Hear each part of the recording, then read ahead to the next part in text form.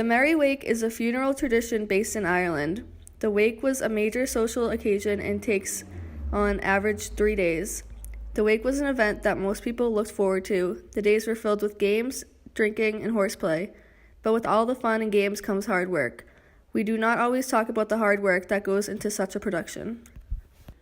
With that being said, to truly understand all aspects of the Merry Wake, we must dive deeper into gender roles within the event itself. We must look at the role of each gender before, during, and after the wake. Taken from Irish popular culture, 1650 to 1850, we learn that immediately after the death is announced, women and the elderly go to the deceased home, although if a woman is pregnant, she should not be in attendance. Whereas, the men would only arrive after nightfall. A local woman would wash, dress, and lay out the corpse as well as prepare the room.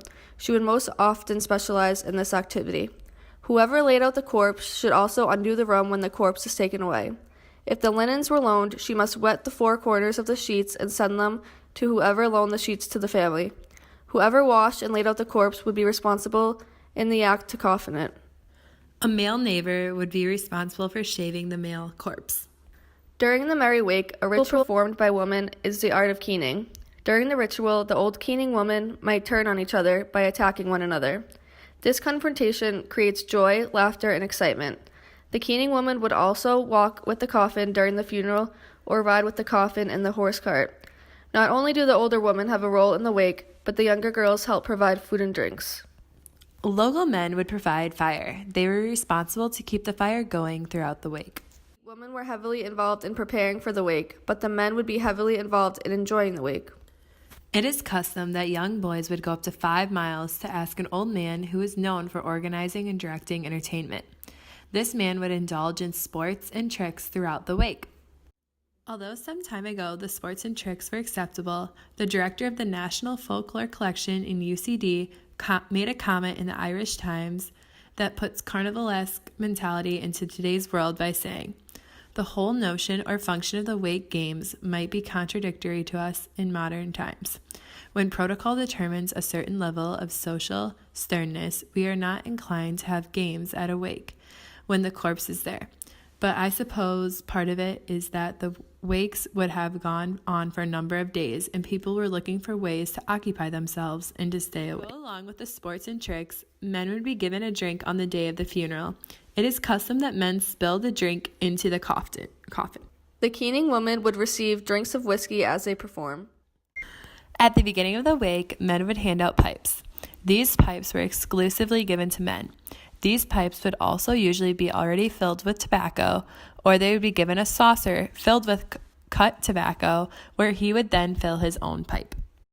Men, women, boys, and girls are all expected to take tobacco or snuff to either smoke or sniff and say, "Lord have mercy on the dead."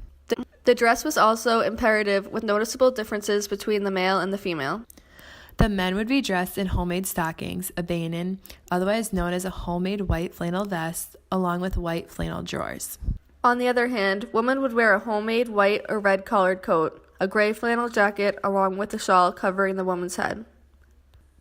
From preparing for the wake to the entertainment to the clothing, there is noticeable differences in the roles of male and females. These roles have been tradition in Ireland and are vital to the running of the Merry Wake.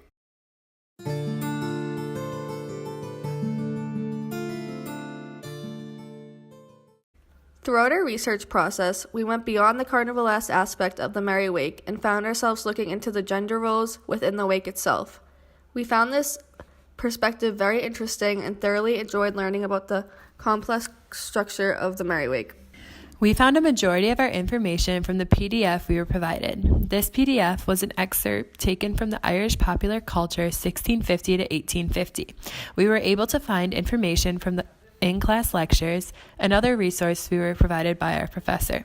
We also sought out newspaper articles and found some success with the Irish Times. There we found a statement by the director of the National Folklore Commission. We did not discover any conflicting information between the sources we looked at. We also found that the resources we were provided by our professor were valuable, as we were able to gather reliable information that was credible and had a great content relating to our video project. Thank you for watching.